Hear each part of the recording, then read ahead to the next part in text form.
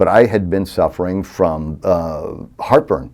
You know, usually in the morning, definitely at night. Wake me up in the middle of the night. I never got a decent night's sleep. Couldn't sleep this way because that was the stomach is low, or it's over here and it's too high, and then I'm getting the acid reflux, and I wasn't sleeping very well at all. So with the capsule endoscope, you can diagnose different conditions depending on where you're looking in what part of your digestive tract. They came in, and here's the guys from GI Digital, and they've got this little thing, looks like a jewelry box, and on the inside of it is this pill, and it's big, but not terribly big. And I popped it in my mouth and threw back some water, and then I guess it turned on, and the lights went on, and then it went on its journey. Once you swallowed the capsule and you look all fine, then you can go home. Or you can go to work. Whatever your normal day looks like, you will still need a couple of hours before you can start to eat and drink.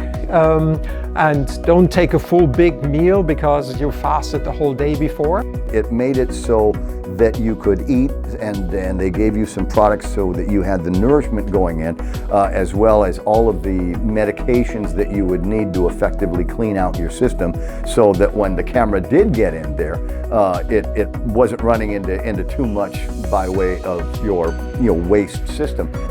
The capsule flies around in your intestines. It needs to make sure that it can see everything. So if you have eaten too much, if you didn't clean it, can't see it, it was a waste of procedures. It was not unpleasant, and I was very, very pleased with the way I cleaned it out. In fact, when in the final analysis in the paperwork, they had said that it did a great job cleaning it out, and they were able to get unobstructed views from one hole to the other, if you will.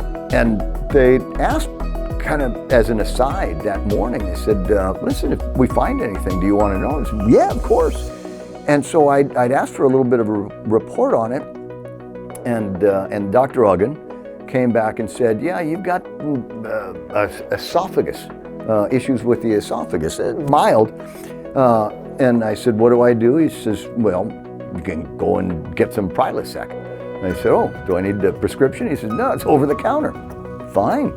So I went to the drugstore, got a box of Prilosec, and the instructions are take one of these little pills every day for 2 weeks. Well, within 2 or 3 days of taking the first pills of Prilosec, that went away. And it immediately, and it has not come back. It has been absolutely terrific. I get a full night's sleep every night. Ask Coach Garmin.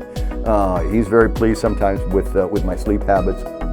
So the patient journey for TeleGI capsule endoscopy starts with you seeing your primary care provider, and that will then lead to you having a visit here at GRMC at Dr. Jill. So good thing about capsule endoscopy is you don't need sedation, you just need to come in and swallow a capsule. Mostly we are doing this to look into the small intestine area. The most common indication for this is actually obscure bleeding, which means that we already did endoscopy and a colonoscopy, we found nothing, so we think the problem might be in this area. We believe there is something wrong in that particular area, and then we would be the one ordering the test. But I will say to anybody that is interested in it, number one, completely non-invasive, and number two, you will be pleasantly overwhelmed by the science and the technology that drives all of this stuff, and number three, if you think there's something wrong, you owe it to yourself to find out. I'm always pleased when I get to talk about gee whiz high-tech technology over at GRMC.